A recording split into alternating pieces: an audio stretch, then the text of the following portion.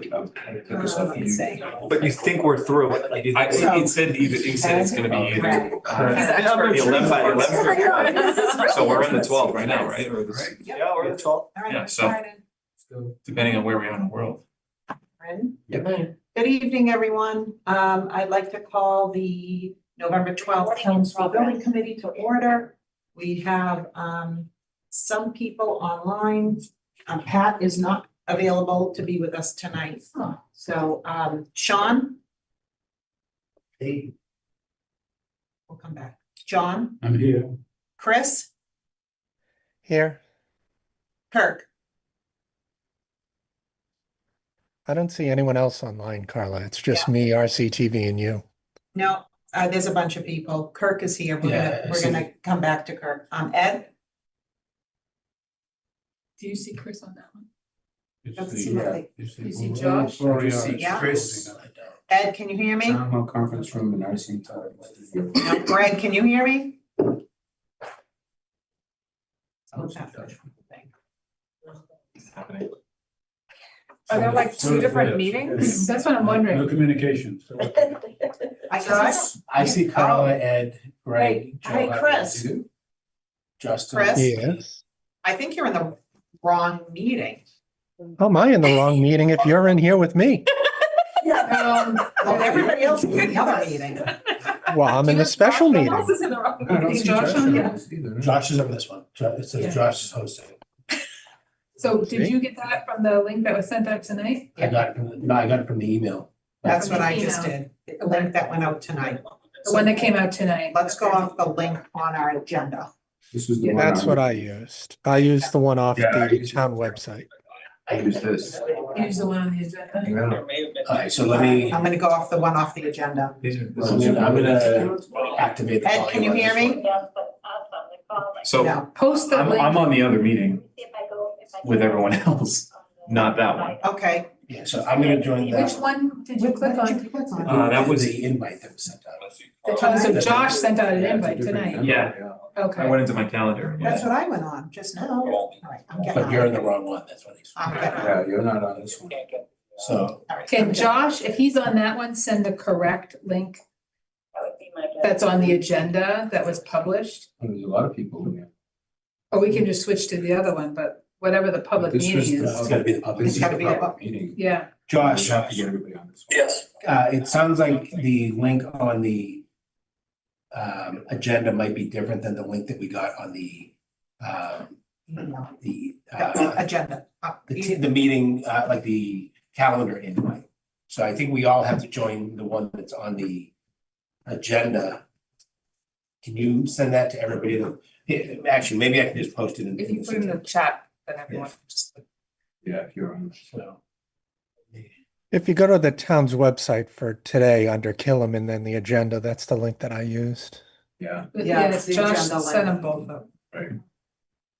So just a small error. So that, if everybody that's on this meeting, if you can use that link I just put in the chat, that's the link. There's a meeting ID and a passcode there if you need it as well. I copied that right off of the agenda and we're gonna transfer over to that meeting. Thank you. Thank you.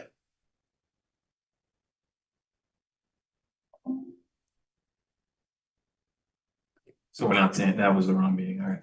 Yeah, Yeah, we got it. I got on right away. Okay.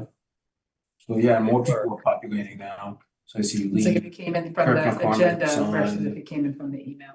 yes, All right, Sharon, no big Joe deal. Huggins, yeah, we're just coming in now. Okay. Sorry about Recording that. Infinity. All right, so I That's what see infinity Kirk. sounds like, John. Is that right? That's what it sounds like. Now you I have see to- Sean, Kirk, Chris, Greg. Okay, that's who we want. Hi, guys. Hi, everyone. Can you guys hear me? Yeah? Yes. Oh, perfect. Sorry, there's two different links, I guess, to the meeting. We're all on the same page now. Is there anybody in the other? Is anybody still in the old room? I believe Ed is still in the other one. Of course. I don't see Kirk McCormick having switched over either. So it's not. Kirk's, There's Kirk's Kirk. here. I'm here. Yeah. Just Thank click on you. that one. Didn't bring- Let me just text Ed.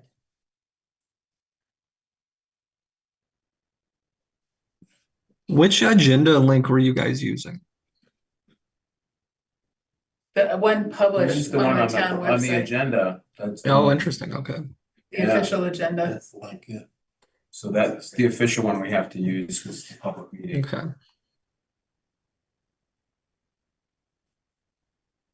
Josh, can you send Kevin Kabuzzi that link? Yes, I'm copying off the website. Right. Because yeah, our emails were a Some of different us link. Neutral memo today. Mhm. I'm always Carly's neutrals. Wearing the neutral colors today. Even Tom So and Nancy. it looks like Kevin and Ed are the other two. To follow your lead, Jane. Ross. It's just happenstance, but I like to forget that it's. Ed. Kevin and Ed, if you can go On to this side of the link table is that in really the nice and chat, coordinated. that's the correct meeting up as well. Okay. Wow. You come out of like Ralph Lauren. It's a Ralph Lauren Christmas over here. It is a Ralph Lauren Christmas over here. That's like a whole thing this year. Got my cat, this is from Scotland though, this is from actual Scotland. I was trying to find them. This is just Royal Stewart. But my family sort of happened, but the tartan blanket company does not make a Stewart. I can't do that, that has been a lost art, my family lost that art when we came here. In 16 something. Circa the founding of the town of Reading. Actually, yes, Wellman's, yes, and Lynn, Reading is part of Lynn and also Hopewell. But if we start, we're gonna, Yeah. we'll start and we'll get Ed. Okay. Yeah, I sent an email to Ed and Kevin Kabuzzi. Okay, Perfect. All right, all right, coming to order. okay, ready? Just copy the link. I'd like to call to order the November 12th Killam School Building Committee. We have people online, so we're gonna do a roll call vote. Here comes Kevin. Pat Tompkins is not here this evening, so Sean, Here. John, I'm still here. Chris, Still here. Kirk, Here. Ed. Not yet, Ed's coming. Greg, Here. Nancy. Here. And Carla's here, and Ed is with us, so we're getting him over here. Hopefully he'll see that he's one in the meeting. So quick meeting. Quick review of the agenda. We're going to do public comment and liaison reports. We'll do a financial review, a schedule review. We're going to have approval of prior meeting minutes, and then we're going to talk about future agendas and a modified meeting schedule, and then adjourn. So we'll start with public comment, if there is anyone. And I don't even think we have anybody from the public here. So we will move on to liaison reports. I might prod people a little bit if that's okay. Can we just do a quick review on like the church parking license agreement? Sure. And maybe the staff member and all that? Okay, Thank you. so the church parking agreement is currently in negotiation.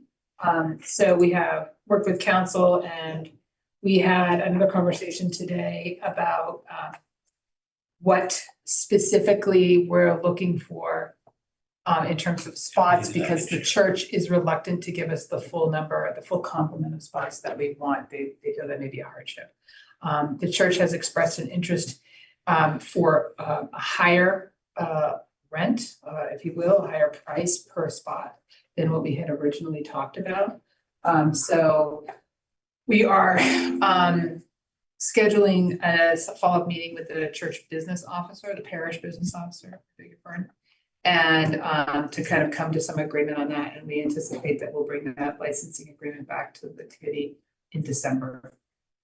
So we're hopeful to do. We were talking with the OPM today with Justin, just to nail down, when do we need how many spots? So teacher spots, spots for people to start mobilizing on the site, and so forth. But we think what we'll do is we've asked for 70 spots up front. And so we probably don't need 70 right at the beginning, but so that the church has that utilization happening. And then we'll need that for when the teachers come. But then as we go forward with the contractors, being able to park their vehicles on site, that's where we're concerned about having enough spaces, so. That's what we need to continue to negotiate with the church board, but we have met with them.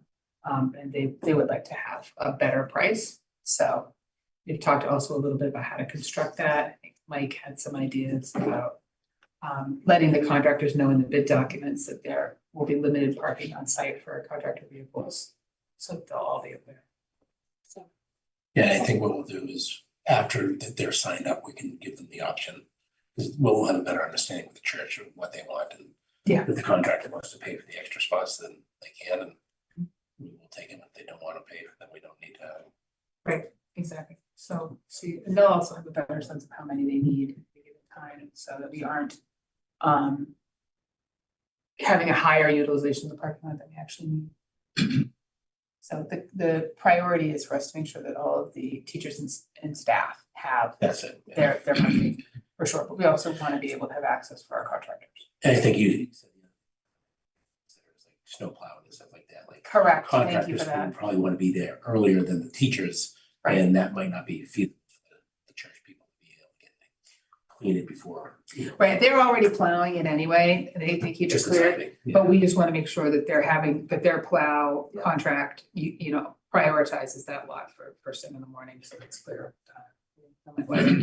So that's where we are, parking. Thank you. You're welcome. Vis-a-vis the clerk that we're looking to hire for the facilities department, we are waiting for the MSBA to kind of give us a final blessing for that. We need to put an offer to that individual. And we're currently right now working to refine how many hours we actually think we need and what that work schedule will look like. The OPM, Mike and Justin have been awesome and given us a detailed spreadsheet that looks at a number of different options. So, and utilizations of that individual over the course of the project. So, you know, sort of ramping up to more time and then through time and then, you know, trailing off. So we are working internally with Joe and Matt and I to review what that looks like. We're kind of waiting on MSBA and then we'll kind of So pull it together. probably next meeting we'll. I think so, yeah. And I think what we did, we tried to kind of give you the high end and the low end, That's right? right. And we figure you're probably not gonna want either of those, it's gonna be something in between. Something in between, exactly, Yeah. that's correct. Yeah. So we'll refine that. I've spoken with Joe and he and I are going to work some more on that tomorrow and then next week. Awesome. You know, make sure that we're circle back with Dave. He's been great. And so we can give him an offer of when we want him to start and what that workflow will look like, that amount will look Yeah. like. And I think the other thing, assuming that he's amenable to it, you can always adjust it to the fly too, Yeah. If you go a little less and you feel you need more down the line, you can come on a little more. If you go a little more, you feel it's a little overkill, you can always back it We off. can, and he's, I think will be flexible to that. He'll be a 1099 employee as well. But what we're looking, you know, we just want to make sure that we have the coverage that facilities is looking for and with their Exactly. schedules and also looking at the other project coming online. This role will not be working on the recal project, but when both projects are full bore, you know, facilities, it's going to, you know, need that. And that project will probably be mobilizing on site in March. Just, there's a lot of work going on behind the scenes, and so we're just trying to make sure the committee is kind of involved with all of it. Going back to parking, the agreement with the church, that would restrict parking to light vehicles, not contractors, heavy vehicles, presumably. Correct. Personal vehicles. for If contractors. we're opening to the contractor and all the personal vehicles. Yes, we don't want them Yeah. ripping up the asphalt. and- Absolutely. Yeah, there's no dropping off or, you know, deliveries there or anything like, it's strictly Okay, personal vehicles. That's right. Perfect. Thank you. Kirk, do you happen to have any type of update on the financial working group? Yeah, I do, and maybe it makes sense to go ahead and segue into the financial reporting because I did have a couple of questions that I had raised with Justin that he answered about some of the invoices. So I don't know if you want to go ahead and go formally into the financial review. Because I did have some questions about some overlap and involvement of the modular project because apparently there's some approvals and some things going on that may not fall within our purview. And maybe Justin can explain some of that because I had some questions about some of the charges. Can we just wait until we get to that point in the? Yeah, that's what I was asking. I Okay. didn't know if you want to go ahead and formally move into that or not. No, let's just finish. I'm gonna put you on hold just for a few minutes and we'll finish the liaison reports. Anybody else? Thank you. Anybody else have a report? Well, we had a meeting concerning the early site package, which hasn't been resolved yet, except right now we're moving down the path of having an early site package, right? Until we change. That's right. So we met and the big discussion was about testing or not testing and how much testing to be done. And we agreed after that meeting to move forward with the testing. So they have actually been out there doing the sampling. We also agreed in that meeting, if you remember, kind of looking at the drawing, the right half of the drawing is where the new school is going, and the right half of the site is where the new school is going. The left half is where the existing school is. And we were focusing on all the testing where the new school is going. And we thought while they're out there and they've got the machinery and everything, does it make sense to do a couple additional tests on the other side?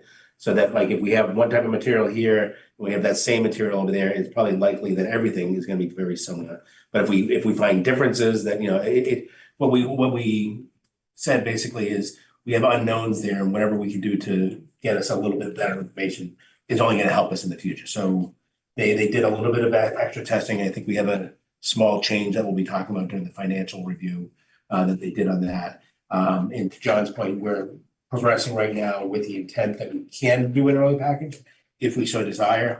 That's how the schedule is working forward. But I think the next big thing is, Jenny, is it a week or 2 weeks out that they might start getting the test results in, and then like another week or so for the. Exactly. They expect test results within about a week, and then their formal report in another week after that. So we're working on scheduling a meeting for December 1st to kind of put all our heads together with that information and make a decision about, I think, how to move forward.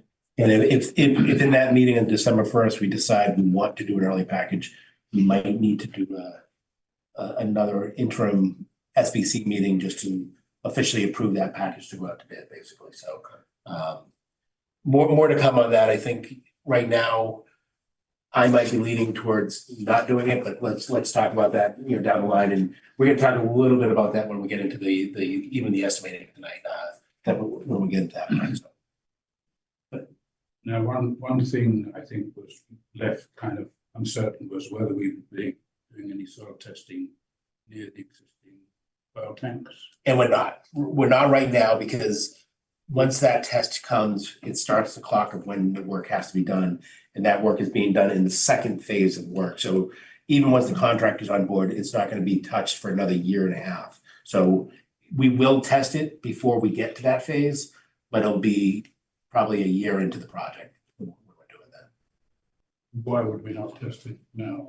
Because you might have to then go out and have a separate contractor to do that, to remove it, because once that clock starts, we're not in our regular sequence right now, we're not going out to bid. I'm going to use round numbers for about 6 months. And then we're going to have about 18 months of building the new building. And then we're going to start that next phase that has the tank. So that's 2 years. Once you do the test, I'm not an expert on it. I think you have to resolve it within 2 years. So if we tested it today and we don't let the contractor get out there for beyond that time period, we would actually have to do a separate contract to remediate just that tank right now. And to do that, you'd actually have to take the tank out of the ground. And I'm assuming that probably shuts the heat down to the building, because so it's just, yeah. We're gonna test. It's absolutely gonna be tested. It's gonna be tested well in advance so that we have an understanding. Yeah. But we don't want to start that clock until we have to. Okay. No, not really. Okay. It's you're opening yourself up to potential lawsuits. You know, if we find bad stuff there, and we've delayed testing because we want to know the bad news. That's the only problem. If you put your head in the sand and say, I don't want to know, we know it's bad or it could be bad, but I don't want to know about it, and something goes wrong, then there's a problem. But it's a chance we're taking. Yeah, I understand. Yeah. I don't view it as that way, but that's. Okay, I just looked back on my calendar since our last meeting, just to kind of let the committee know what kind of meetings we're having. And this is not an inclusive list. So we're having meetings on interior design. We had a meeting on October 20th with the MSBA to talk about design status. We've had multiple meetings on the RISE design, so the big room. We've had multiple meetings on the big room and the flooring in RISE. Access control and door hardware, temporary playground. We had a walkthrough for trees. So Nancy brought that up last time about having that survey that there was a survey that was requested from our tree warden that was going to cost between $7,000 and $8,000 to categorize the trees that we were taking down and discussing what kind of status or condition they were in. We walked the site with the tree warden, with the plans, with Mike, with Jenny, with the tree people and Jane. And it kind of, we left it as showing Mike Hannafin, where the roadways were going in.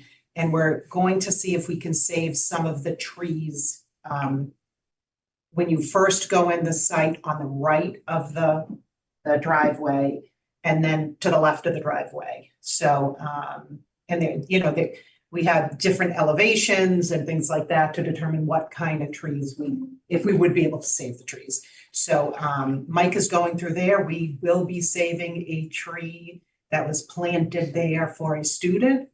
There are a couple of more trees on the site that Mike said I can grab those trees and put them in a different location in town. So it was a really good meeting. So just to kind of close the loop on that, and we're not doing that categorized. Yeah, so thank you for bringing that up, Nancy. I attended that Connected Reading it was a townwide event on Monday, so some people came over and heard about Killam, which was great. We had a meeting on soap and paper towel dispensers, which was riveting. And the designers meeting with PT, OT, speech and language pathologists, and we have meetings with the nurses to talk about their individual spaces as well. So just so people have just a little idea of like where we're kind of going, we keep looping around and meeting again after the designers changed their design because we requested it I think over and over. Jenny said it the other day, the fact that we're meeting with paper towels and stuff is actually good because that, we've checked off a lot of the boxes and we're getting down to the very minute. Pretty fine grain detail. It's Where we want to be. Great news. Anybody else? Sorry, missed that. That's right. We can give you a recap. 7 minutes. Okay, so let's move on to financial review. All right, am I using my mic or I think you can. I can just speak and everyone can hear me? The mics are in the ceiling. Oh, okay. Fancy. I'm not messing around. Always being recorded. All right. So we have not spent any money on construction right now. So we still have the 101,521 394 value with no expenditures to date. We have spent to date for architectural and engineering 3.9 million with a balance to spend of 6.9 million. For administrative costs, we have spent to date 2.1 million with a balance of 6.1 million to spend. No furniture has been purchased yet, and we have our total contingencies still adding up to $6,128,171, and we have spent total $6,077,568 with a balance remaining of $123,934,000 for unspent funds for the budget.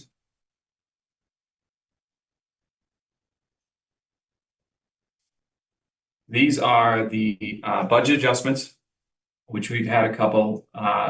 the first line here is for the budget adjustment made for LBA's Amendment 19. That was the testing that we were talking about, right? Right.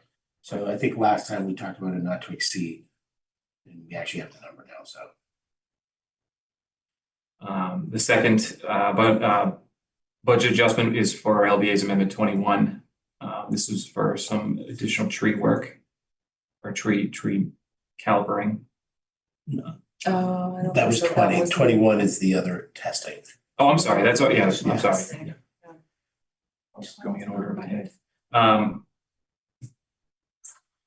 And then we have a budget adjustment for module leases change order number 1. This is the document that Kirk was mentioning. We'll come up to that when we go through the expenses.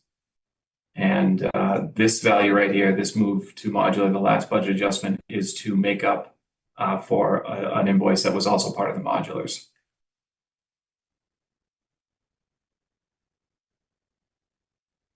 All right, so we have, so this is LBA's, this is committed cost. We have a few new commitments. LBA's amendment number 21. This is for some additional pre-soil, soil pre-characterization.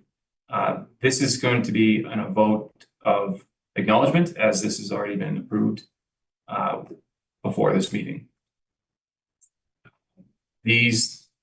So just on that's what I mentioned earlier. While we had the testing guys out there doing the work with the equipment, we felt it was prudent to do a couple of additional tests on the other side. And because of the timing, they were actually able to get out there very quickly. We needed to get that moving, so we brought that to Matt based off of the vote where it was under $50,000. I think generally accepted and understood what we were trying to accomplish with that other meeting. So we made the recommendation to approve that, and Matt supported that. So yes, we appreciate that for sure. The next commitment is a contract corp value of $14,129. This is related to the modular project, the modular relocation. This is for a repair to a fiber line that was nicked by an excavator while digging out there. I'll run through these, and then if we want to, Kirk, if he wants to ask us questions, we'll go to those. Partners Technology is another cost associated with the modulars. This is for some, I believe it's for the PA system, which includes a amplifier and some wire repair. And then module leases change order number 1. This is for some additional fencing that was installed around the modular buildings. And then Convergent is the telecommunication services. What? It's alarms. It's alarms. Yeah, so it's the monitoring of the alarm system, right? Yeah. So this is an invoice or another. This is a house doctor contract that we just put in the 4,000 because that's what they're committing to this project.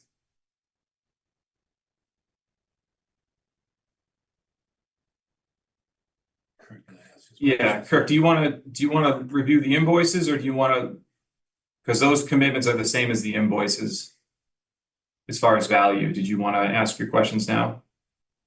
Yeah, so if you want to, Justin, I just had a couple of questions that I emailed you about regarding like the damage to the fiber optic cable. It was unclear to me what was going on there and why that was something that should be compensated as part of this project.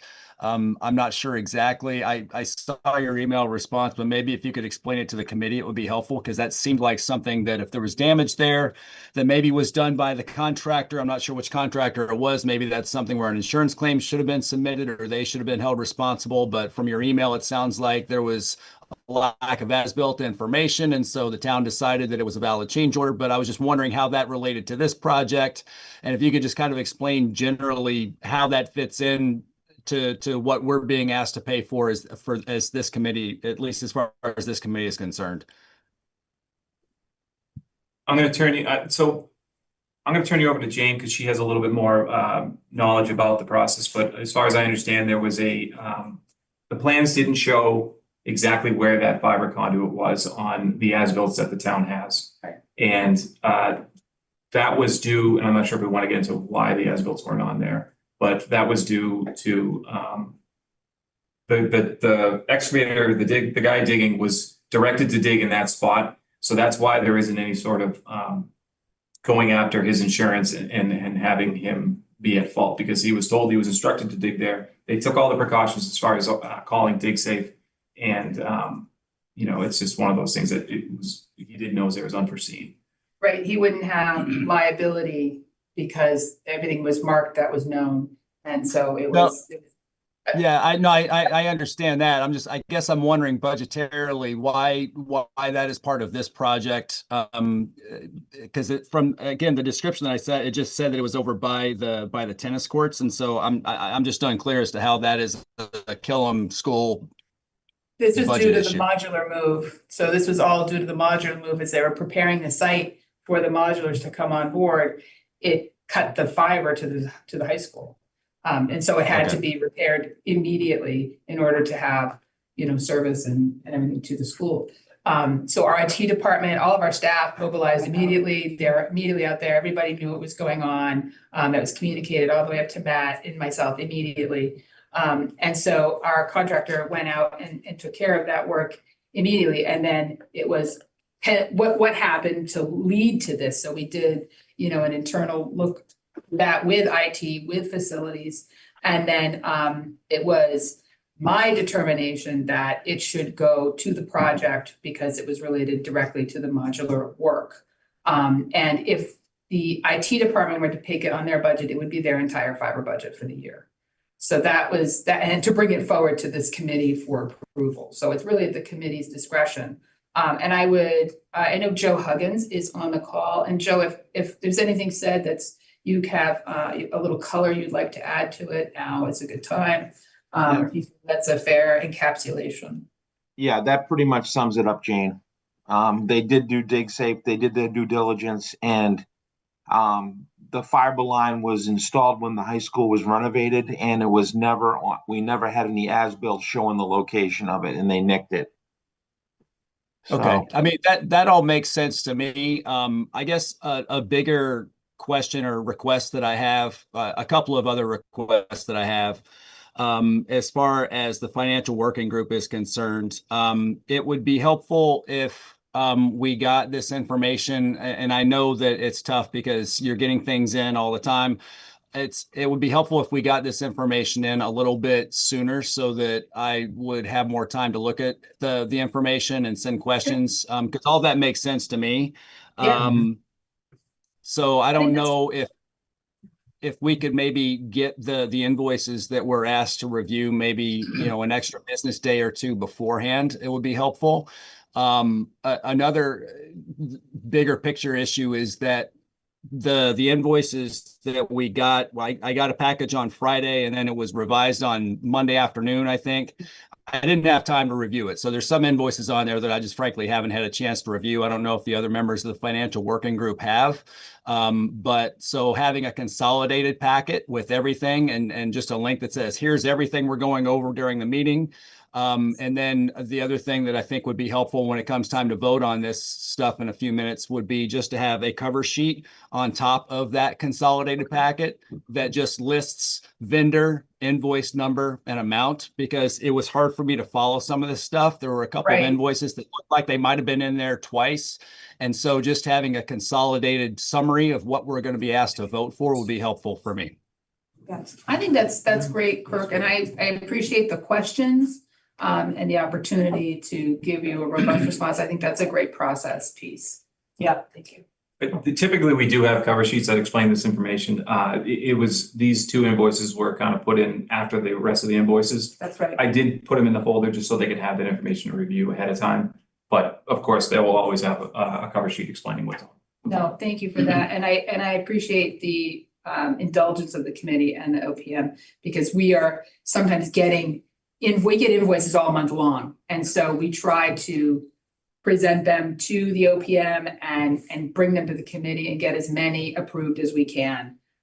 Because we don't want to, if we don't have to wait another month for our vendors to get paid, that is a priority. And I think that there's going to be some operational changes and the meeting times might. And you're going to talk to that, Carla, later. So Kirk, that's great information and that was what I was hoping was gonna come out of your group anyways, that you guys need time to review it prior.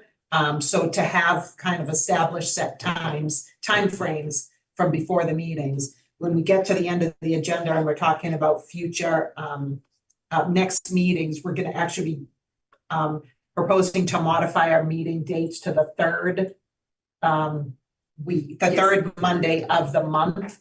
So it looks like you're asking, so our packet comes out 48 hours prior. It looks like you're asking for 1 to 2 days prior to that. With At least for, yeah, and it doesn't have to be the consolidated meeting packet. I'm just specifically talking about the invoice packet or any change orders or anything like that, just so that I and the other members of the working group have a chance to email questions like I did, follow up and just make sure, because the explanation makes perfect sense to me. But when I sent the questions on Monday, I'd only had the packet for, a couple of days. And so I think that if there's an extra business day or two baked into that just for the financial working group stuff, it could maybe streamline the overall meeting, because the other invoices that I looked at, they all seem to be in order to me, but I just did have a couple of questions. Perfect. Okay, so sounds like two things. 2 business days in addition to the 48 hours, right? Or 2 business days before that, if we can get a consolidated invoice packet to the group. Is that possible, to get it to the group with a consolidated list of what we're voting on? Yeah, I think the only thing that we'll have to look at from that perspective is that we tend to try to meet with the XLT first. And then and then based off of direct or recommendation from the XLT, that's what we bring to the meeting. So we're just gonna have to time it so that we make sure that the XLT happens. And I'm gonna say that we have at least half a day or a day from that meeting to get everything over to the financial group. So, I mean, in the XLT, we're not really talking about invoices.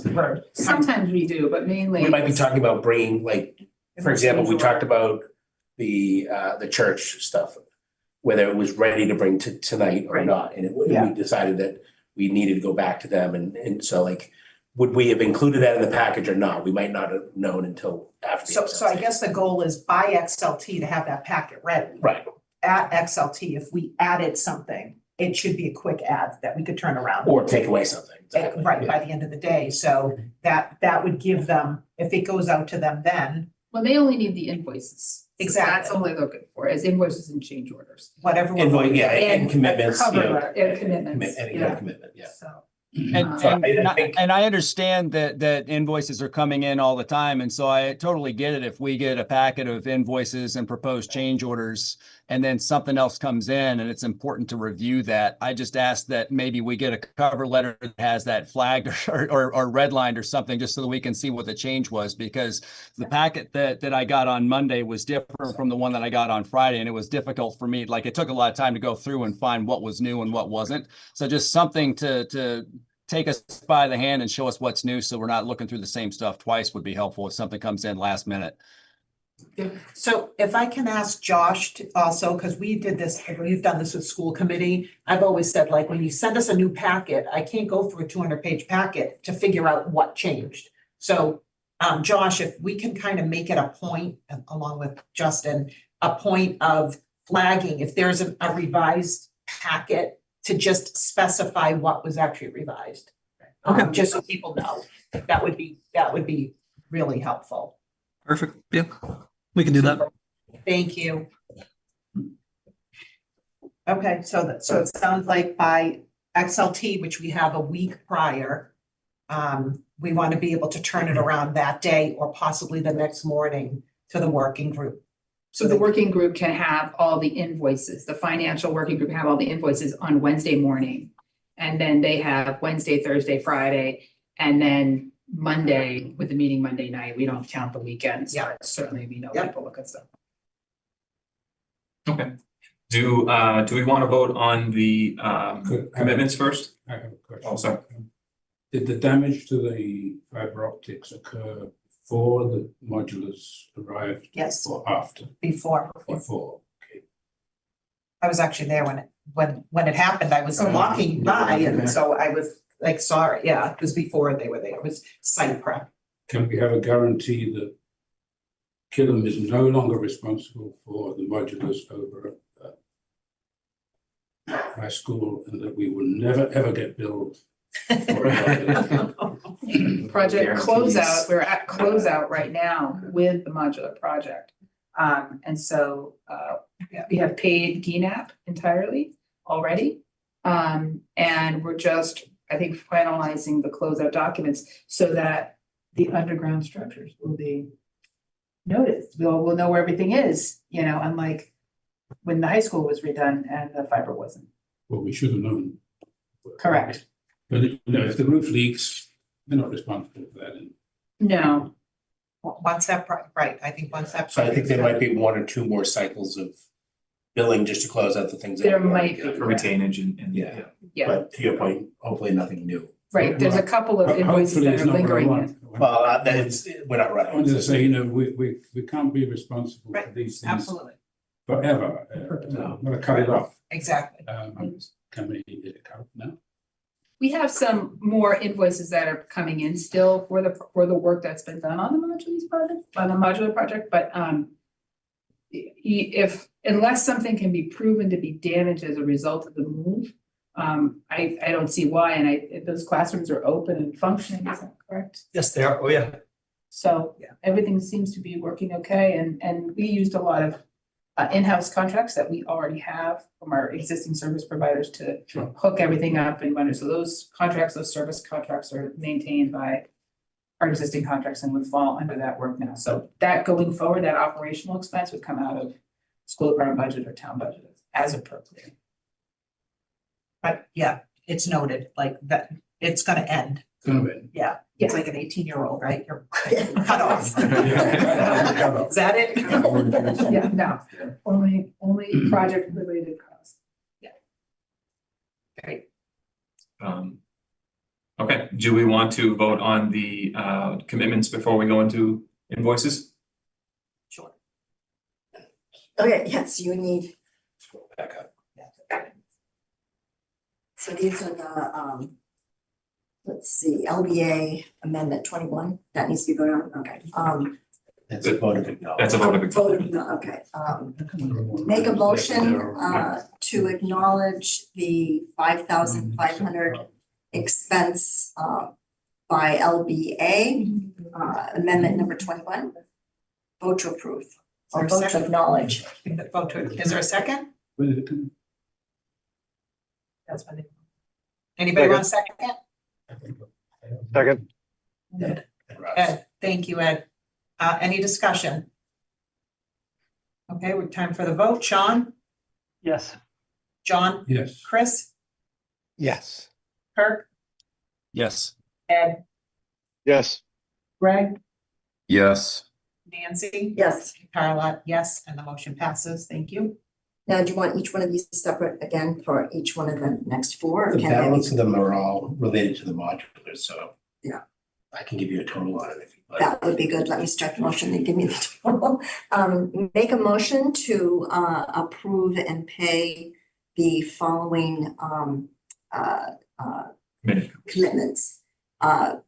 For $14,129.48 to Contract Corp, $2,270.88 to Partners Technology, $2,499 to Modulease, and $4,000 to Convergent, for a total of $22,899.36. Is there a second? Second. Right, seconded by Kirk. Any discussion? Time for the vote. Sean? Yes. John? Yes. Chris? Yes. Kirk? Yes. Ed? Yes. Greg? Yes. Nancy? yes. And Carla, yes, and that motion passes. Thank you. Thank you. Okay, Justin. All right. Move on to expenditures. Now that we have the commitments, we can pay them. That's right. Great news. So our first invoice on the list is LBA's services invoice number 22654. And this is broken out into the different cost codes and propane codes. So the total of that is 614, 658. and The next one on the list is for Collier's Project Leaders, invoice number 1101071. This is for services of September for a total of $30,765. Then we have the Contract Corp for $14,129.48. That is the fiber repair we just talked about.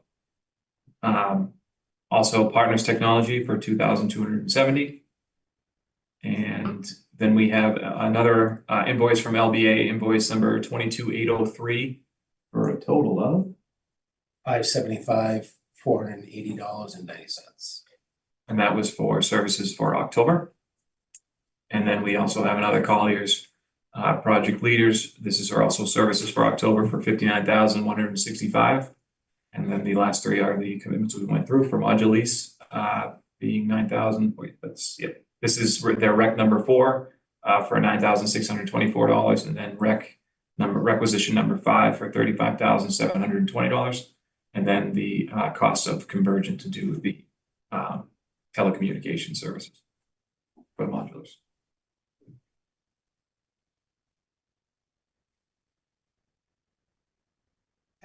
Okay, motion, I'm gonna do all the LBAs together, give me the total.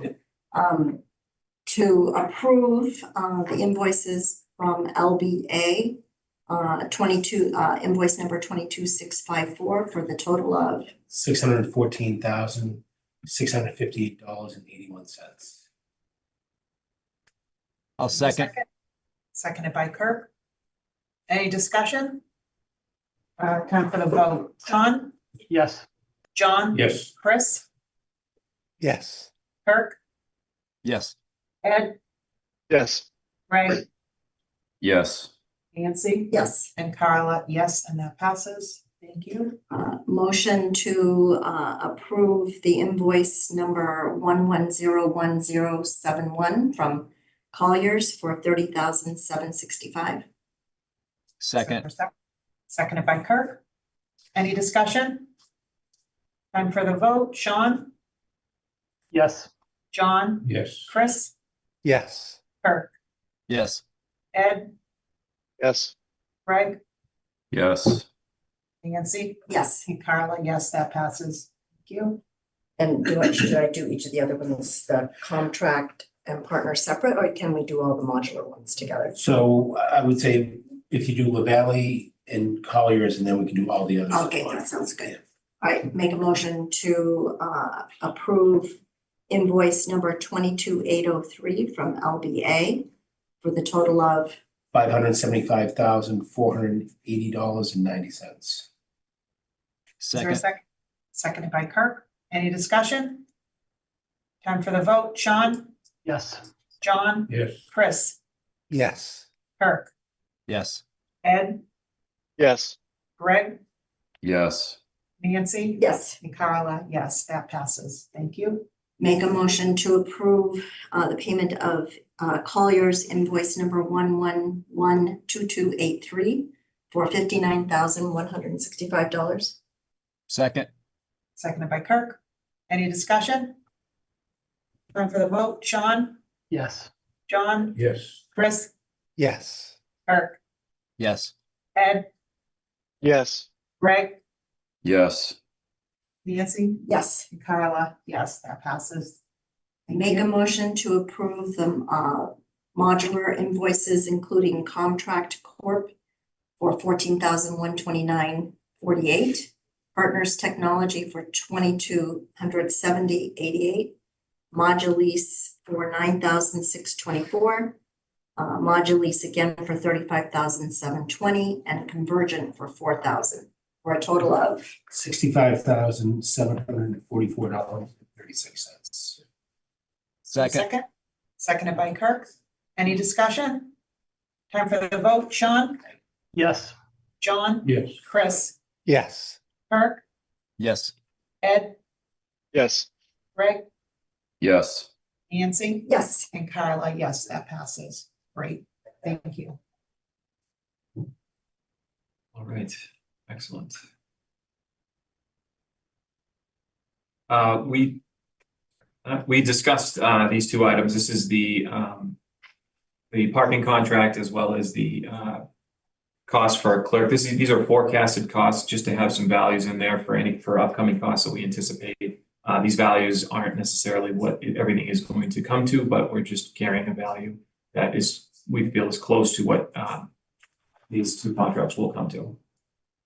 This is one of the ways I'll say, kind of mitigate risk or identify risks. When we get the contractor on board, the total of all open PCOs, for example, will be on here every month. And on the cover sheet, we kind of have a forecast column. It shows how much of the contingency you would spend if that came through. So I think, for example, Jane was talking with the clerk. I think the 400 was maybe the higher end. We had a lower end that was half that, if you will, and we're probably gonna fall somewhere in between. So, but we try to be conservative. So I would say we don't always nail it exactly, but if we don't, we try to be maybe a little higher rather than lower, if you will. But again, sometimes 400 becomes 405 instead of, but it's just a way to keep track of things that aren't finalized yet, but we know about, so we want to have an understanding of it.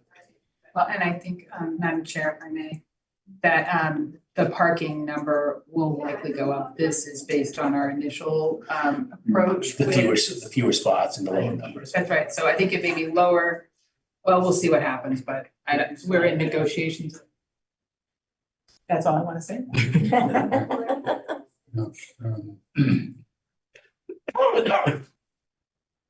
Can we go again? Why do we need a clerk? We have a clerk, you supply a clerk. We do. Contract. We have, yeah, we And a lot of people would call it clerk of the work. We call it site The director. architect has some kind of representation. The architect will have somebody on site several days a week, not every single day, but several days, and somebody available at all times, obviously. I'm not convinced we need anybody else. So I think. What would this person do, which is not being done by your person? So I think that's part of the discussion about the hours and things like that, but I think what it is it's not doing, I'll say, the project side, it's doing the town side. It's somebody from the town to be meeting with us and to be working with us. For example, as we get into change order reviews, they might be the first line of defense for this committee, somebody to be reviewing it, because they're gonna be sitting in on the weekly OAC meeting, which is the owner architect contractor meeting. And they're gonna be, we're representing the town, but they're a direct representative. But usually in those meetings, there is a representative of the town that attends as well. And is there to make decisions on a day-to-day basis on things that are happening that need to be discussed on site at any time. Because our facilities department is already understaffed.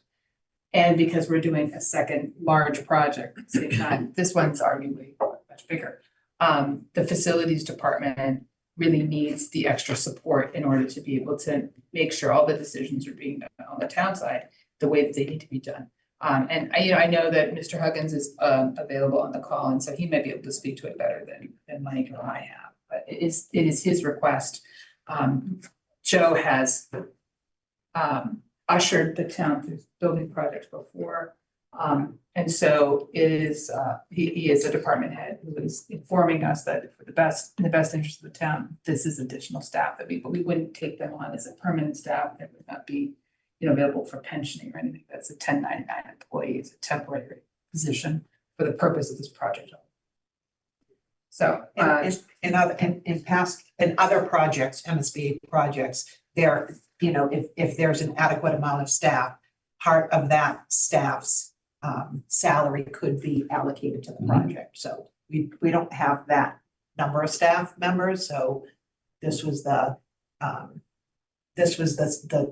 next best solution.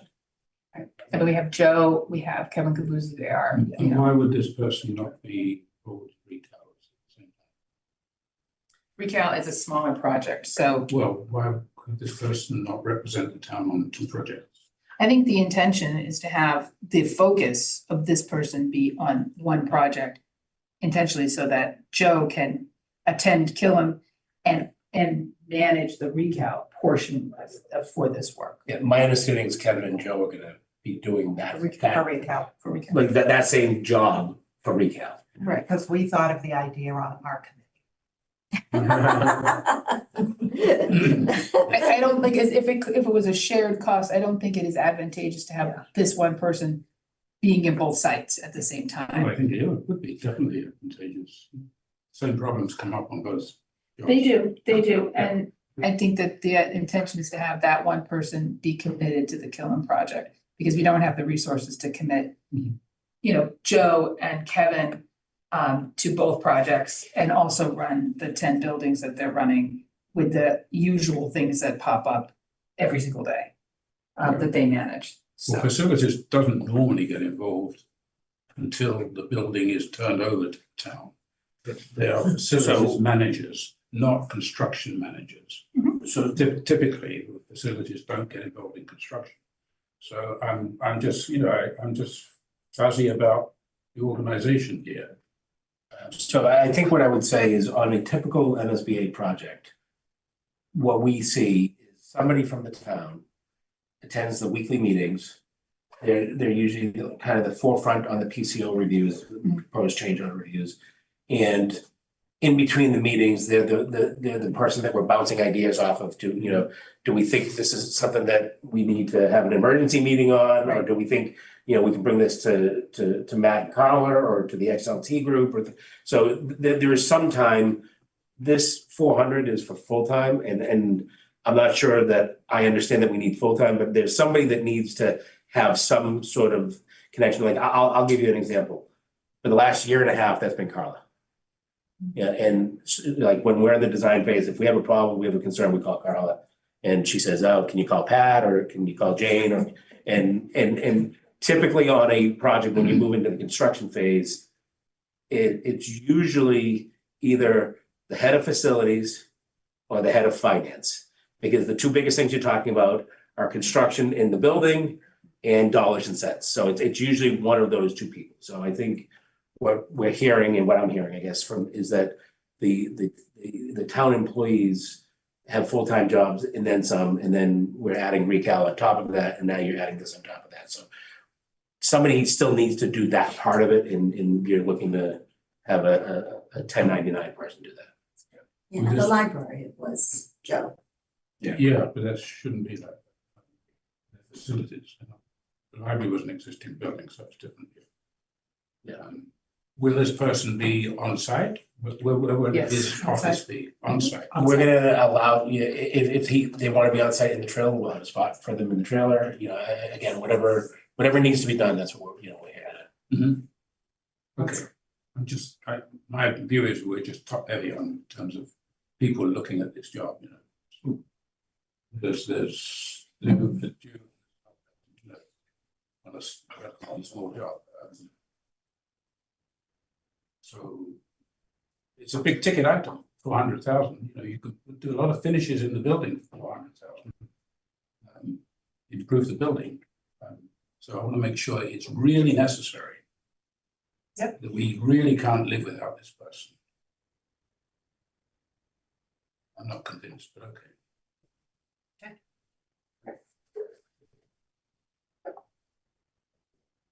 Go ahead, Justin. All right, we'll move on to our cash flow. Right now, once we apply the invoices that have been approved tonight, we'll be right in line with our estimated encumbrance of 6.6 million. I know this graph is usually intimidating to me, so I like the picture that shows this. Kind of shows as we progress into the project, into construction, this trend will follow this green line as we go along. Looks like we're right in a good spot. And Just under budget, right? That's It's where always, we wanna stay, it's right? always where you want to be. On time On and time under and under budget. budget. We're saying that because Pat's not here.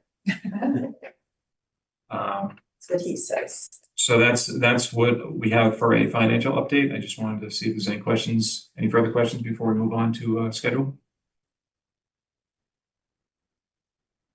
Nope. All right.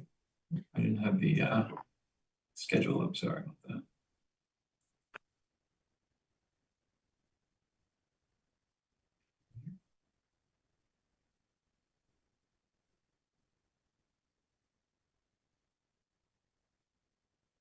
I lost my schedule. Sorry about that, guys. Hang on one second.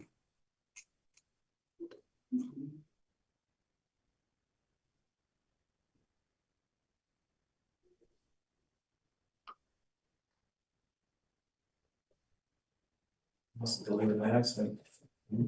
Oops. Yeah, make it. Package here. Yeah. You want to share that? Yes. Okay, I'll stop sharing. Sorry about that, guys. I wanted to, Madam Chair, amend my comment earlier. It's not 10 buildings, it is 18 buildings. I beg your pardon, Joe.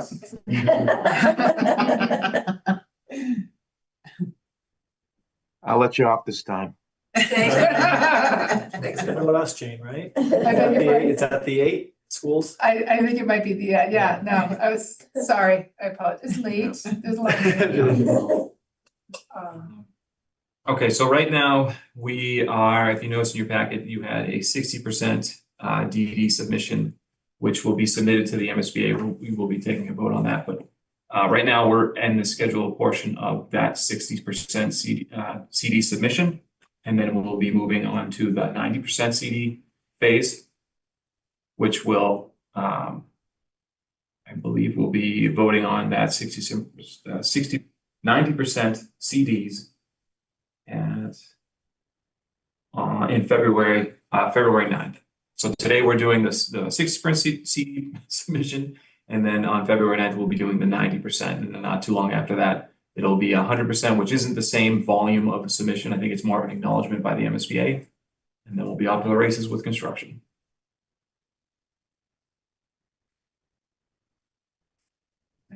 Any questions on schedule? What did you say that date was for the 90%? February 9th. Then the other things we're still considering are the 2 early packages. So I think last time we talked about early package 1, it was switchgear and generator. Right. And now I think we're going to be, so our early package number 1 was to obtain switchgear, or the idea was to obtain the switchgear and generator because of the long lead times that every project is experiencing. Right now, the generator that is now part of the design is a more easily and readily available item. So we're just going to be procuring the switchgear as part of that early package. And part of that was the generator got a lot smaller from DD to A. So the smaller generators are just more off the shelf, basically. Yeah. And we met with LBA's consultant on the electrical as far as the equipment, not just switchgear, but there are some equipment items that will be procured with that. And that's going out when? It says, I see 27, 26. Yeah, so we'll be looking to finish those bid documents and then present to the next building committee meeting so that those can be go out to bid. Right. Similarly, early package 1, early package 2 is the earthwork that we're continuing to evaluate and confirm. At the same time, the other thing that you'll be seeing next month is the start of the pre-qualification process. So just start thinking about that. We're going to need somebody from the committee to volunteer to be the community member of that pre-qualification team. Typically, there's one person from the architect, which I assume is going to be Jenny. I hope not. You hope not. I think it'll be David Harris. It might be David. Okay. So David, there'll be one person from us, which is going to be Justin. He'll have support from Harani and myself as well. Oftentimes towns will have 2 people so that it's like half of us and half of you. I will let you know that we're gonna, unless somebody wants to, we're gonna go through all of the pre-qualification process for you and kind of give you a cliff notes on it. And we might actually even have a vendor that can help us out with that we're gonna be talking about. But typically it's 2 people. There's usually probably 3 meetings. It's a meeting to kind of at the beginning saying, here's all the packages we got. And we kind of divide up and say, David might say, hey, I'm familiar with all these HVAC contractors. I'll do the HVAC. Justin might say, oh, I know the electrical out there, so we kind of divvy that up. We go to our own corners and kind of do all the background work and everything like that. And then we come back and we meet and give you a preliminary review of it and say, this is where we're at.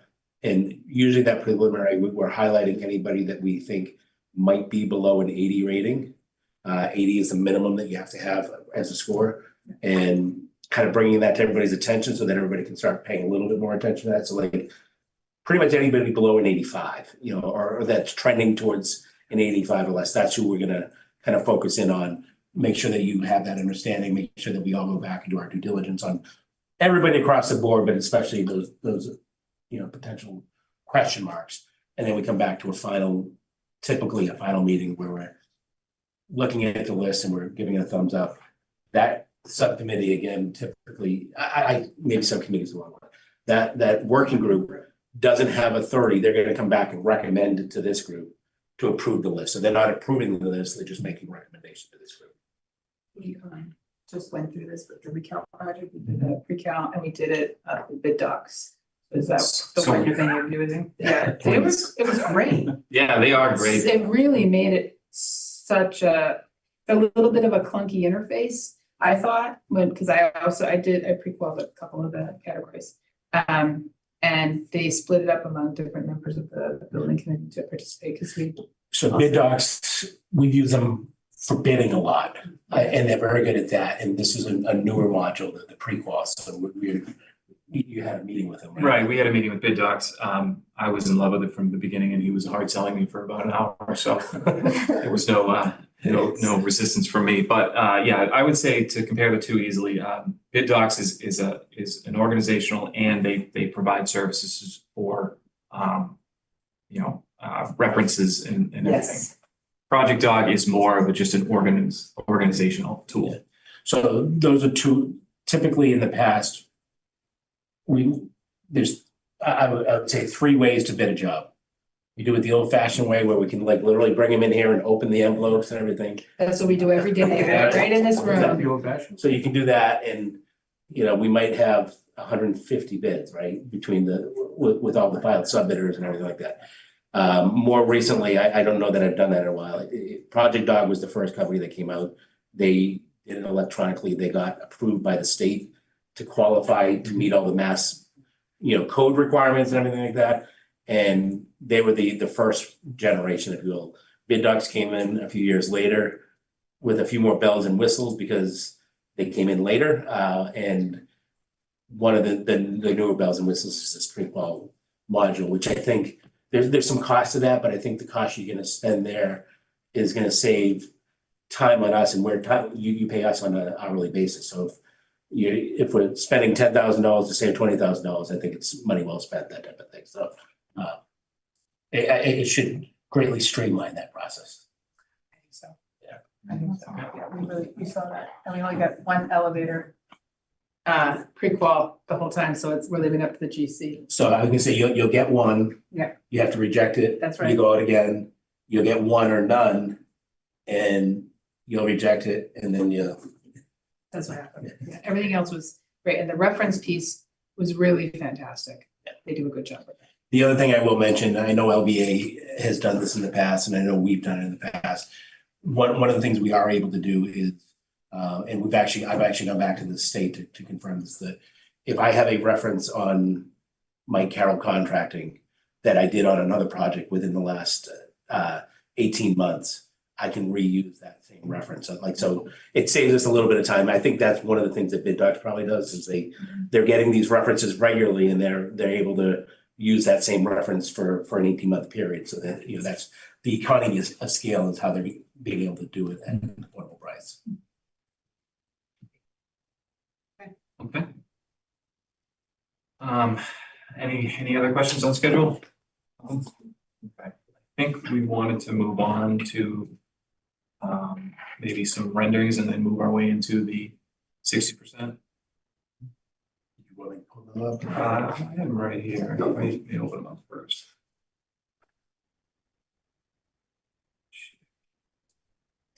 We weren't planning to share any renderings, but I had just sent some out today for Carla and Josh and I guess Justin liked him so much, he just put them in. I had to share. I just Yeah. wanted. I thought it was We a figured good addition. we're asking people to vote on the 60% Yeah. package tonight. Yeah. And we're gonna be talking dollars and cents in a minute, but we wanted to let you see what the dollars and cents are gonna be representing here, so. These will be on the website soon. So I think we shared these last week, the exterior ones. This is the view from the fields, and this is the view from the drop off of the main entrance. This is inside the library. Some of you have not seen the interior ones yet, so. This is like an overhead view from flying above Charles Street. We can add the taller trees there now. The one slightly along. And then this is on Haverhill Street. This is the view of the cafeteria. This is one of the K-5 classroom corridors. The classrooms are on your right and the library is on your left, and it looks really bright on your left. That's actually just the borrowed light coming in from, there's like a light well in the library, functions as a light well. This is the main entrance and the main stair in the ground floor. I wish there were more, but that's it. And I can also share with you a couple of interesting factoids about our set that we submitted. We had 3,000 pages of specifications, 605 pages of the binder, that's the report, and 460 drawing sheets. I don't know if that's gonna continue to grow exponentially, but there'll be more. Next submission. 3 volumes of drawings at this point, right? 3 volumes, yeah. Did you ever see the documents for the original Killam School? Yeah, it's like 12 drawings. Yeah. I know. Wow. The profession has changed somewhat. Yeah. For the better? Oh, I don't know. Were you guys gonna talk about cost? You're gonna talk about cost now. Yep, so within that packet, we have, let me share my screen.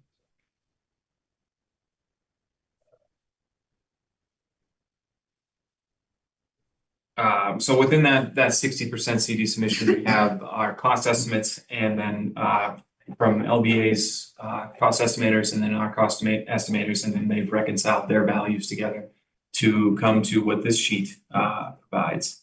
Right now, we are currently looking at estimates that are in the $92 million price range for construction. So that's a savings of about, or right now, looking at the values, is a savings of $9.5 million. We will. How's that, John? That's great. I can tell you. No, Be quiet. I was involved in the big dig.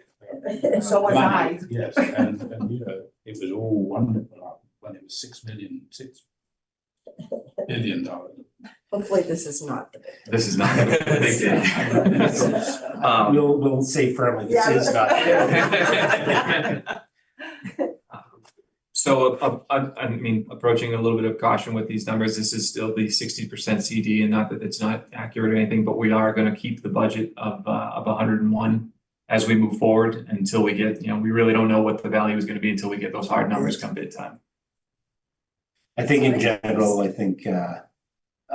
I'm gonna toot a horn for LBA a little bit here. I think a big part of this is that they're listening and they're giving you everything that you're asking for, but they're doing it in a thoughtful and cost conscious way. Yes. I think the other thing we did is we appropriately a year and a half ago established maybe higher contingencies. I won't say maybe, they contingencies that we thought could be real, depending on tariffs and depending on, COVID seemed to be past us at that point, but like inflation that you were seeing from COVID wasn't. And that inflation is slowing down, and, knock on wood, we might be approaching the market at the right time with this project. So those contingencies, the estimators have been cautiously optimistic, and they're willing to reduce those a little bit, but time's getting shorter and the value is getting shorter. So that's why we're seeing some savings there as well.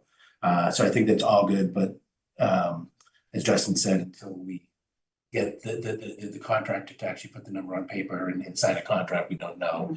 So the MSBA is probably gonna ask us, not probably, they will ask us, if you're $9 million under, why are you not adjusting? And the answer is because we don't.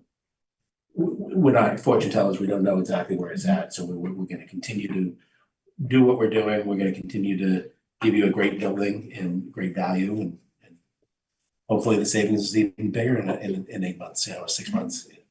And I'd like to add to it too, that, and kudos, like Mike said, to LBA on, they've held the scope, right? Whenever we're in our meetings, we're always hounding them about price of everything. You know, we've taken some things like the generator out of the project, the larger generator. And their design documents seem to always be more complete than they have to be. So that is, I think that's playing a huge part of it as well. And actually, the estimators even said that they you know, at DD, they said that these were advanced well beyond what they see from many DD drawings. At 60, they said again that they were advanced, and I do see it. Chris has his hand up. Chris? Thanks, Carla. So quick clarification on that. Out of the 9 million potential, does the MSBA cover a portion of that, or is the 9 million all Reddings? So it's not a very simple answer there. So I'll give you the best answer I can right now. If this was the bid number right now, what would happen is you would be reducing you'd be reducing the construction value by 9 million, say. We would then have a decision to make. The MSBA is going to take back their portion of that. We could either keep our portion in the project and roll it into contingency, which is always my recommendation. Again, we don't know what we don't know. It's better to have it there and not need it than not have it there and need it. So we would recommend typically to keep your portion in the project.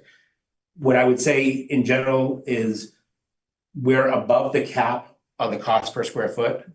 So while you get a percentage back, you know, based off of reimbursement, I would expect, without running the numbers, that a large majority of that would be direct Reading savings. So I think that if it's 9 million, it might be 8 million Reading and 1 million MSBA. It might be 7 and 2. I don't think it's a 50-50 split. I think it's definitely more on the Reading side. That's because of the cap.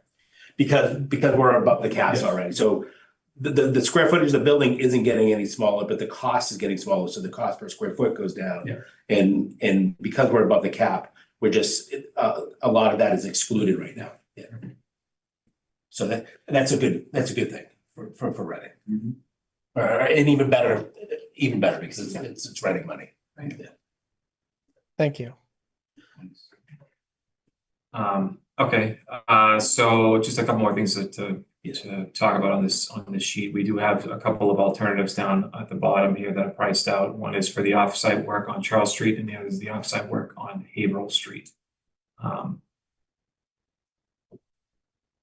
So that was one of the things that we were discussing in some of our meetings is there other work that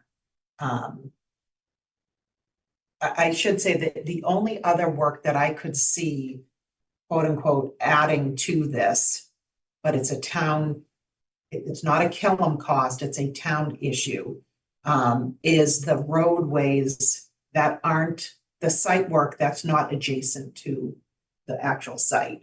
So the project is the confines of the Killam school, right? The roadways on Haverhill and on Charles Street, those sidewalks are going to be part of our expenses for the project. If the town wants other site work done, that's the town's issue, right? The town's looking into hopefully getting grants if they're out there and stuff like that.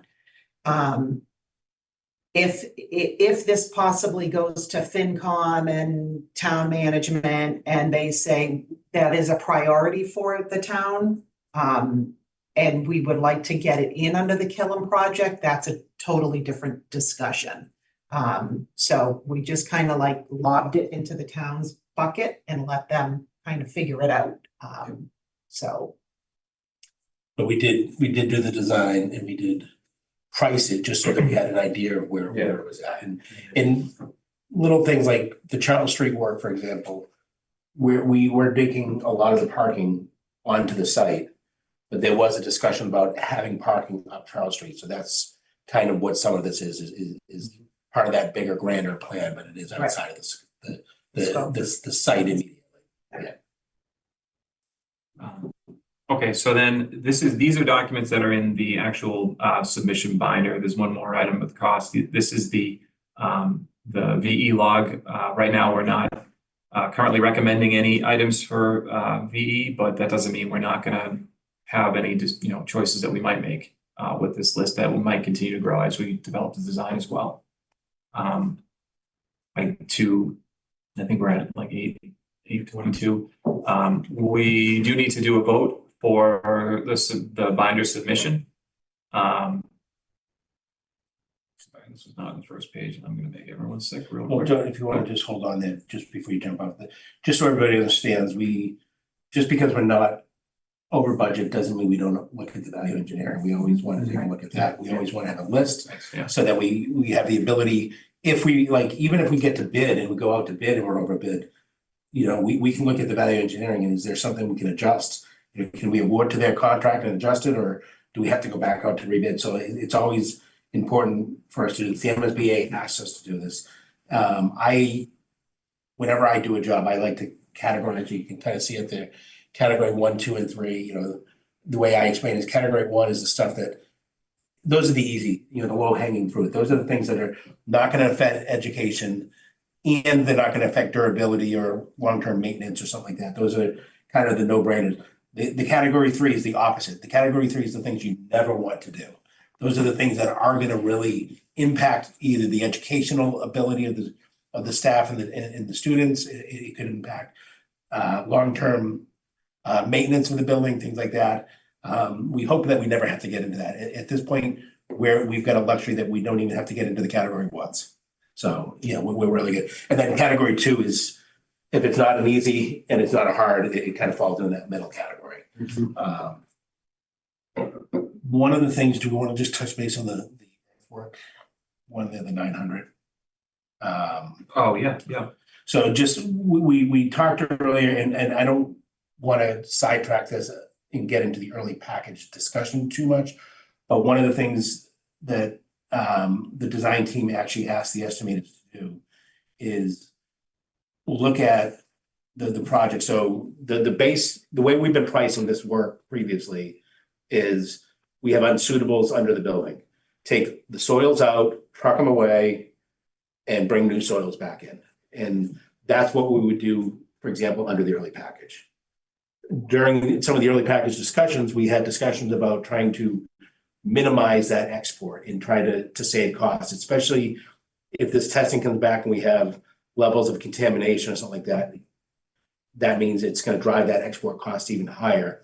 So the thought was, we had come up with an idea. If you took that site and broke it into thirds, say, and you removed all the dirt from the first third, and then you went to the second third, and rather than taking the dirt from that and taking it off, you push it down to the first third, and then you kind of follow the leader.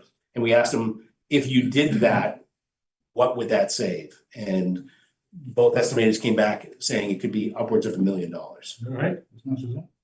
Because it's really the export cost is really Yeah, and we're currently assuming, because we don't know, that half of the soil would be landfill. A landfill, yeah. So that drives that. Yeah. That So assumption. That existing soil might have to be modified, right? Because it doesn't. So the existing soil it basically meets structural grade. And they said that they wouldn't want it in the top 12 inches or 18 inches. Yeah. So he said, our geotechnical engineer says he wants it removed and replaced, but there's some organics underneath. Yes. So you have to remove it, take out the organics, get rid of that, put the fill back in lifts, compact it, and then the last 18 inches under the slab or footing would be imported structural fill. And our geotechnical engineer was So he's comfortable okay with with that. that, didn't have too many fines. No, they were right at 9 in the on the 207 was a 10, 0 to 10 on that, so that was good. So it's encouraging, but just again, not to get too much in the early package discussion, but food for thought for you, John, because we'll be talking to you in a week or two on this, is if we do the early package is a very short time frame. They're gonna come in and just do what we said, take out the dirt and put it back in.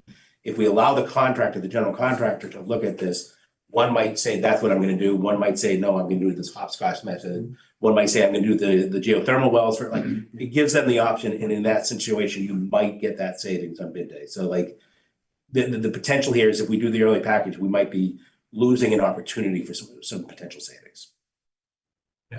But, it's not just money, it's time. It's good. And that's why I would say, if there's 4 general contractors, I don't think all 4 of them are gonna make that. But we don't need all 4 of them, we just need one of them to take that risk, right? And we have to obviously make sure if they take that risk, that they still meet the schedule.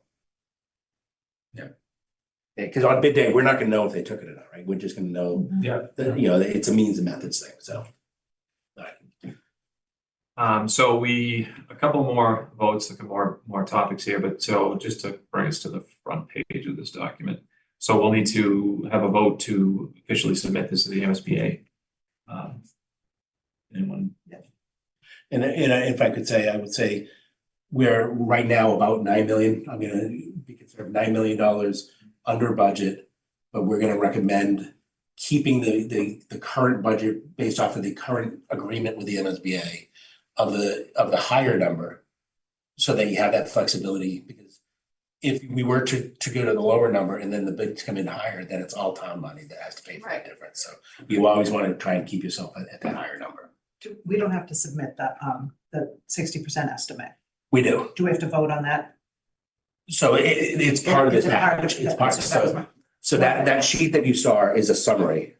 Behind that is 2 different estimates from 2 different estimators that are probably 100 pages each, or maybe more, with a lot of details. So that's all just the part of this vote. package. Okay, so just the vote on, so vote to submit this 60% construction document binder to the MSBA. I would say, and keep the current budget.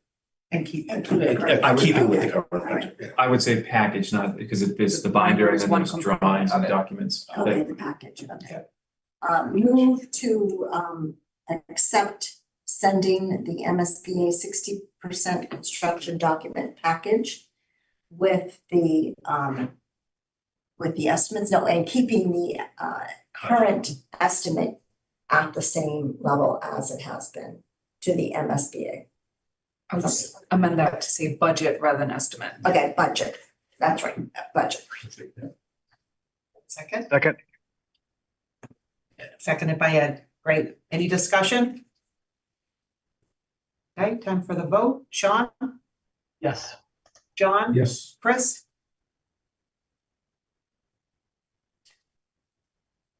Chris?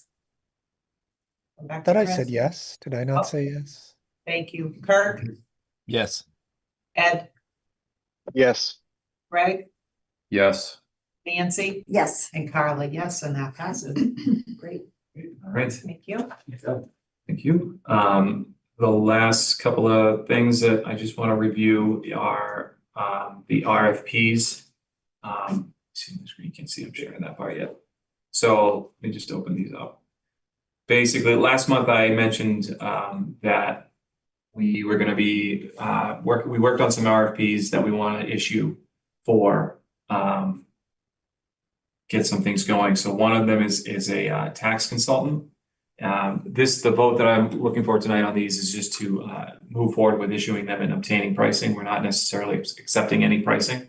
But so this would be moving forward for a tax consultant that would work with us to establish and obtain any and all energy related incentives for the project, related to design and or construction. And then another RFP is for construction testing and inspection services. This is not the same as the testing that we're currently doing on the site. This is for when we're in construction. And there will be the need to test, the concrete being poured for the foundations and the footings and the slabs, the material that the building is being built on, and even up to fireproofing and other building products. So that would be to bring on a testing agent. And then the other RFP is for our code review consultants to do the steel peer review as well as the other code peer reviews that was requested by the town as far as the fire protection, I think fire alarm and Life safety. life safety. Thank And you. accessibility. ADA, right? And ADA, yep. Okay, let me see if I can make So it. there's three different RFPs. Yeah, It's a okay, tax consultant. Tax. Yeah, I've got the one with the materials testing and leave that one up, the construction plan and code review services. Yeah. So move to accept the submission of a RFP for a tax consultant for the Killam School Building Project. Second. Can we do all three? Sure. At the same time? Yeah. Oh, okay. A request or an RFP for the materials testing and construction inspection services. And the last one, sorry, we You just, did the tax one first, sorry. I did the tax first, materials, and then the third is the code review, construction plan and code review services. So the motion is to send request for proposals for those three fields. We had a similar discussion, Miguel, about not putting the peer reviews all under one company, but having it separate structural is one and mechanical or whatever it is another. There is no company out there which is competent in all of those disciplines. Right, so these are three separate requests for proposals that would go out, so three separate RFPs. I think he's suggesting that the third one should be separated. Oh, I see what The you're saying. third one Oh, should not have, it should not go out to one company to do all of this because there isn't I a see what you're company that's saying, yeah. competent in doing Right, that. that's true. Yeah, we We did have get that the best conversation. quality when each Just- company that is specializes in a particular part of the job, part of the construction, does their own review. Yeah, and I think we talked about that. I'm gonna refer to it as the design services. We could suggest the same thing, that we should hire a plumbing engineer and an HVAC, but we don't. We hire one person and let them manage all their experts and pull their experts together. And that's what we've done in the past. I'm not saying we have to do that here. That's what we've done in the past and it's been very successful for us, and that's what we're. I'm suggesting you don't get the best quality to do that. All right, and I respect that. I don't know that I agree with that, but I respect that. And you're, for recalc, you're doing it all separate? Do it all separate. How many are you doing? You don't mind me asking? I don't know, but it's, We've got a separate person to do the, right now, it's just the structural that we've got. I think the Yeah. I think they're- interior is the structure is ADA. required by law. Structure's the only one that's. Yeah. You gotta have that. And you do not want a mechanical engineering company doing structural review. I think some of the conversation we had from Peter Collins, who's our OPM with Turner Townsend Heery, when we had this conversation, is that there are firms now that do specialize in they have specialists that then. I specialize in just reviews. They have They specialize in specialists, reviews. but they don't have the best specialists. No competent structural engineer is going to want to work for a mechanical engineering company. You just don't get the best quality people. You just don't get it. Is that your understanding of the marketplace now? Our understanding is that we have teams that specialize in just doing document They do reviews. specialize, but they're not the best specialists you can get. And we're bidding under a public procurement, and you're not hiring the quality, you're hiring the lowest bidder. So the people that you're talking about, to me, probably either A, aren't gonna look at, like, you're not getting a world-renowned structural engineer to do a $3,000 peer review, I think we got to be like 5 companies that came back? At least 4, I can't remember what it was, 5. Lim was the Lynn was the low. one that we went with. which was Yeah, the and that lowest. was the lowest, but they had worked with BH Posey, the architect on that project previously. So And then if, there was one that was if it's the really, really committee's desire to separate that out, it's tripling the work. It's 3 advertisements, it's 3 sets of bids, it's 3 sets of reviews. Do you want to separate the structural out of it to get separate reviews just for the structural? Because that's really the critical piece. I would think the ADA and the, It's the thing that is Code. required by law, so Yeah. it is separate, it is different. Yeah. It's a life safety issue, structural, you know, if a beam falls down, you're in trouble. That's why the law requires you to have a structural peer review. They don't require you to have a mechanical. No, the only reason why we're doing the others, it was requested by the The business. rest of the town, yes. so Structural is- I'd feel comfortable having an RFP for the structural separate from the other review. That would be something to consider. company wants to bid off both. They can, Oh, yeah, you can, obviously, You're you can. so that's how, And then keep the others together. Yeah, 'cause it's fire suppression, ADA, code review, code review. that makes sense. Yeah, code and ADA kind of go together. Fire, maybe not. I just worry that you're gonna get less bidders because somebody's gonna say it's not a complete package, I'm not gonna bother, but. Yeah. But if we wanna separate the structural, that's fine. Again, we're here to do your bidding, so you tell us what you'd like. When do we need to do that? It really needs to be done at the 90%, so we really need to get the structural one is the one that is required, that's the one that, and it really needs to be at the 90% package, so. We will be sending out 60% documents to give them the heads up. So they can kind of And have an they'll be doing idea their of what official they're review, looking at. yeah. Does anybody else on the committee, How about anybody else in the committee have an opinion on that? Yeah, Mike, would it be feasible to issue an RFP that opens the opportunity to bid for one or both of the pieces so that firms aren't selected out? I would say, if you're doing that, you still have to say how you're gonna award it, because right, the rule for award? like you can't say, oh, well, you were the low guy on the structural, but not on the overall, so I'm gonna separate the structural because I want you. You know, so I don't know, Bid protest. yeah. I think I've never done it that way. I think I would either go all in or all out. Like I would either split them or I you know, just to, because I don't know how the mass procurement would work. Yeah. Yeah. Yeah. It is a good idea though. No, that's fair.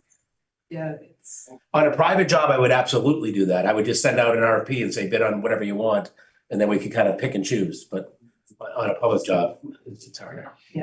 The job you're on now, is this how you did it? Yes, the last 3 jobs I've done, we've done it this way. And I'll say, I think in Haverhill, we did the structural and we did fire protection only. In Whitman, we did ADA in structural and fire protection. Correct. And was it one firm that did those 3 things? Yes. Who wasn't? WSP. On both, I'm sorry. on both projects? I can tell you, give me a second. It's been a WSP while. was Whitman, I'm not sure what.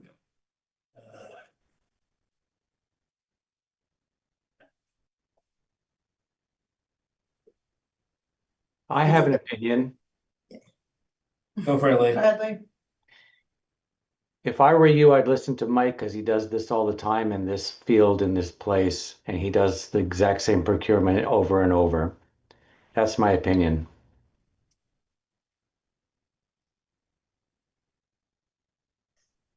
That's where I'm at too.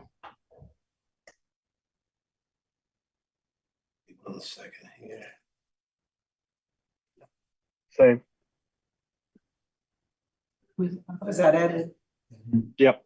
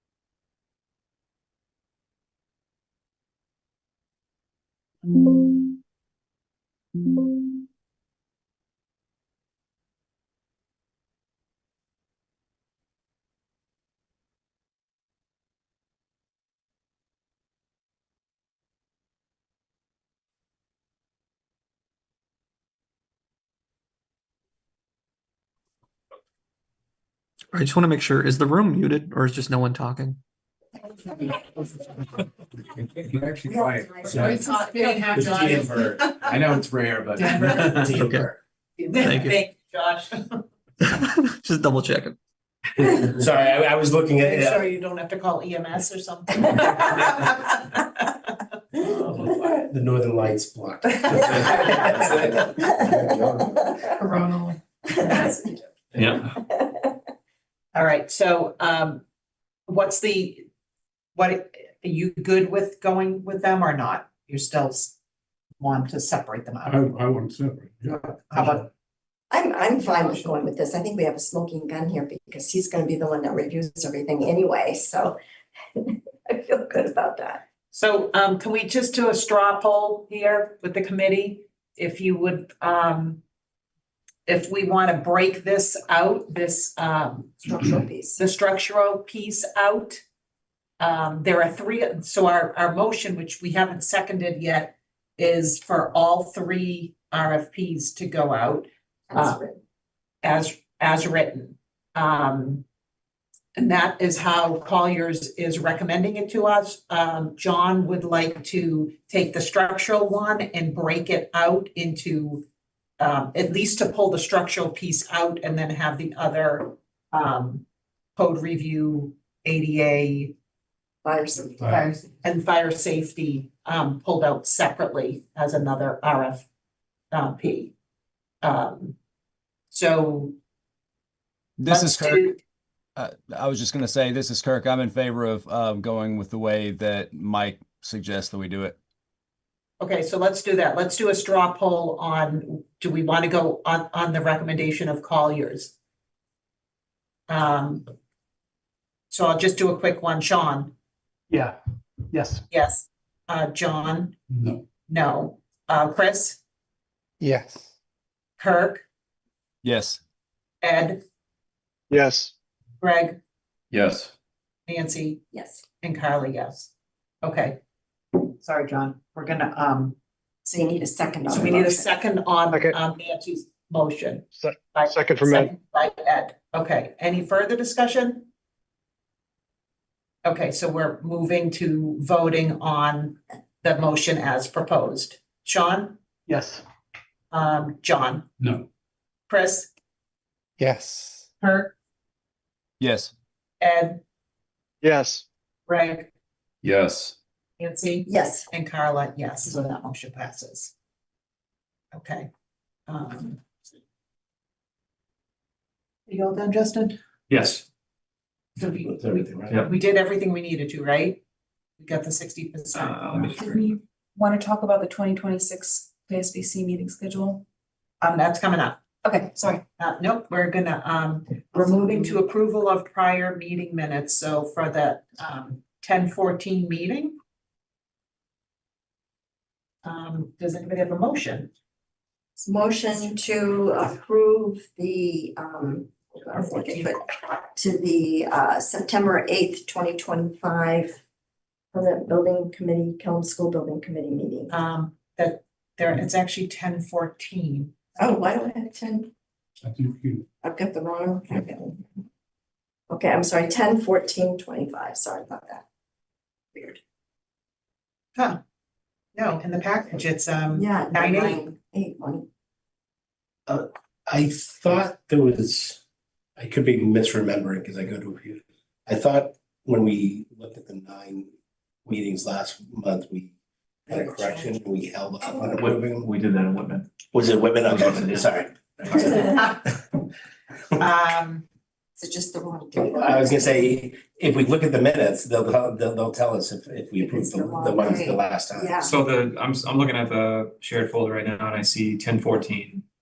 minutes labeled 1014. Okay, maybe I'm on the wrong. No, It's just, So I'm, you open it. I Yeah, have, that's what I I'm have the saying, same open as you, it. Nancy, 9/8, but the agenda says 10/14. so that would probably mean that date never got changed. I was Yeah, gonna say, it's just the date. These minutes are from the 10-14 meeting. yeah, I was They- gonna say, they it sounded to reference- me when I read it, yeah. Yeah, so, Yeah, I okay, mean, so. they reference in past tense a meeting on September 25th, for instance. So Yeah, Okay, so that. With correction. with correction, Yeah. Move to accept the town of Reading meeting minutes for the permanent building committee's Killam School Building Committee with the correct date 10/14/2025. Second, is there a second? Seconded by Sean. Any discussion? Time for the vote. Sean, yes. John, Yes. Chris, Yes. Herb, Yes. Ed, Yes. Greg, Yes. Nancy? Yes, And Carly, yes, and that passes, thank you. And then the next item, our next meeting is going to be Monday, December 15th. But we have gotten a request from LBA to, and just to make it easier for them to be able to bill on a more timely manner. They're requesting that we move to the third Monday of the month. And then our XLT meetings will be the second Monday of the month. So Josh put up these, if everybody looks up the proposed dates. And we're just gonna have to, yeah, there's a change for Columbus Day, Martin Luther King Day, and President's Day. Is everybody good with that schedule moving into the third Monday of the month? Knowing that wouldn't conflict with the senior center project.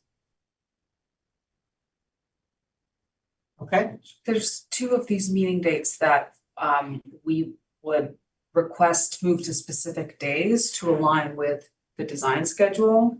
okay, So one is the February meeting, which we would request be on February 9th. That aligns with when our 90% set is finished, and then you'll approve it so that we can move on. And then the other one, which I'm not sure how to handle exactly, is we need to meet on March 30th to approve the 100% bid documents.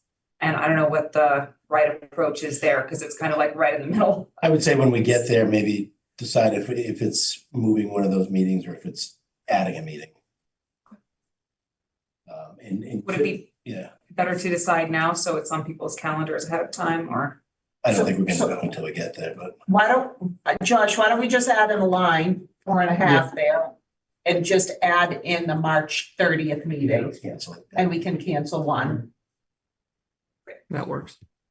perfect. And then while we're just talking meetings, the only other thing there, we're looking to meet with John and Pat, like the earthwork working group, if you will, on the 1st.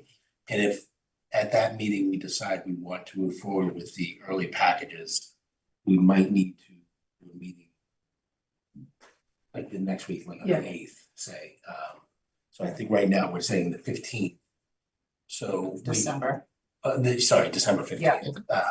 So if we do it December 8th, we're probably not gonna have the invoices, but I know we have to do the switchgear early package anyway. So I don't know if we do the 8th and the 15th, or if we wait till the 1st and figure out if we have to do the 8th, or if we wanna just keep it. Right in the height of budget season, Right. my friend. Okay. And I'm saying the 8th, I just because I think it's that week, basically, I think. that's gonna be. Okay, when you have your recount meetings on the 1st, right? First Wednesday. first Wednesday. All right, I mean, if we make this December meeting on the 8th instead of the 15th. Should we just do that or not? I think for the switchgear and stuff, we might need to anyway, right? Yeah, I think so too. And then we'll just start the new schedule in January. Do we have to produce? We have to produce bid documents for the early package by the 8th. Well, that's difficult to do because in order to do it by the 8th, we have to get the package out the week before, and the week before that is Thanksgiving.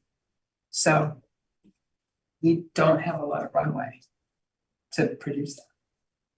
So- Well, they're producing the documents, Okay. the design, we've got the Okay. package together. It's just putting the advertisement out and then. Okay. And then making it available. That part's fine. Yeah. That's what's easy. Yeah, we're doing the. Like, am I giving them the LBA front doing end? the heavy lifting on this. Okay. Yeah. So it's Thank God. So is December 8th for our KSBC meeting good? Mhm. Yes?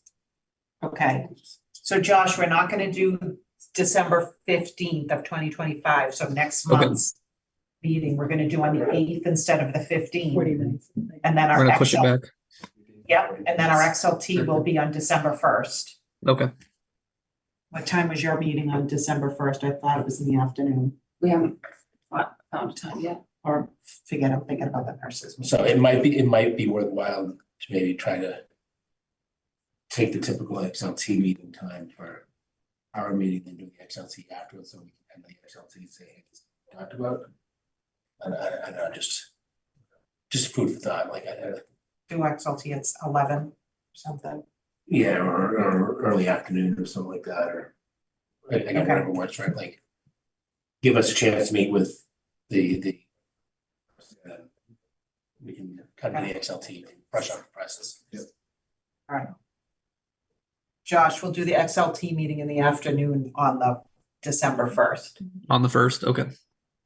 Okay, And what is the schedule for issue the 90%? 90% is issuing in January. We will issue them For review, I mean. for review. Stand by. January 15th. Will you review them? We need to your review them, review? yes, obviously, yes, we need time to review. Yeah.